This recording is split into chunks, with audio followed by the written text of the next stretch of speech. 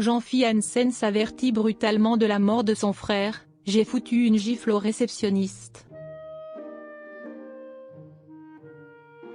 Invité le 17 mars dernier dans l'émission intime de Frédéric Lopez, Un dimanche à la campagne, Jean-Philippe Janssen a confié la manière brutale dont il a appris la mort de son frère, qui s'est suicidé en 1999 à l'âge de 27 ans. Parfois, derrière les rires et les applaudissements, se cachent des histoires de vie marquées par le drame et la tristesse. Face à Frédéric Lopez dans Un dimanche à la campagne le 17 mars dernier, Jean-Philippe Janssen a dévoilé un chapitre douloureux de sa vie, celui du suicide de son frère Alexandre en 1999, révélant dans un récit poignant la manière brutale par laquelle il en a été informé.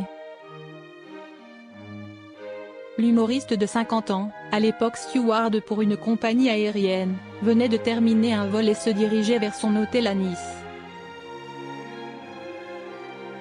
Rien ne le préparait alors à la nouvelle qui allait bouleverser sa vie. Le réceptionniste, avec un grand tact, m'a dit « Appelez chez vous, votre frère est mort », a-t-il confié avec émotion. Donc je suis monté dans ma chambre, et j'ai appelé ma mère. Et j'ai tout de suite compris, au hurlement de ma mère, ce qu'il se passait, a poursuivi l'ami de Stéphane Plaza, encore très bouleversé.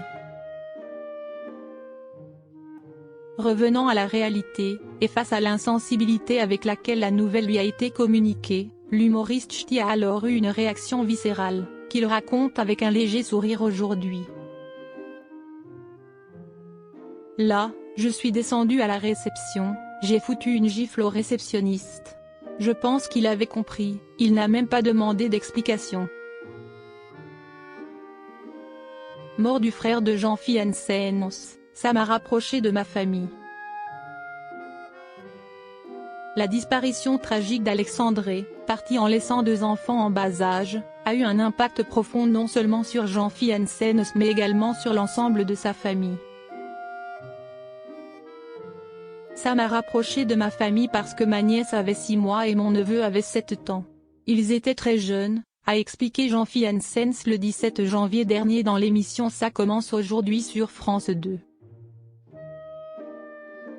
Face à la détresse de ses parents, désorienté par le chagrin, l'humoriste a dû adopter un rôle de pilier familial, inversant ainsi les rôles traditionnels au sein de la famille. Les parents sont devenus les enfants et les enfants sont devenus les parents, a-t-il décrit, mettant en lumière sa détermination à prendre les choses en main malgré les défis posés par sa carrière exigeante et une vie personnelle complexe.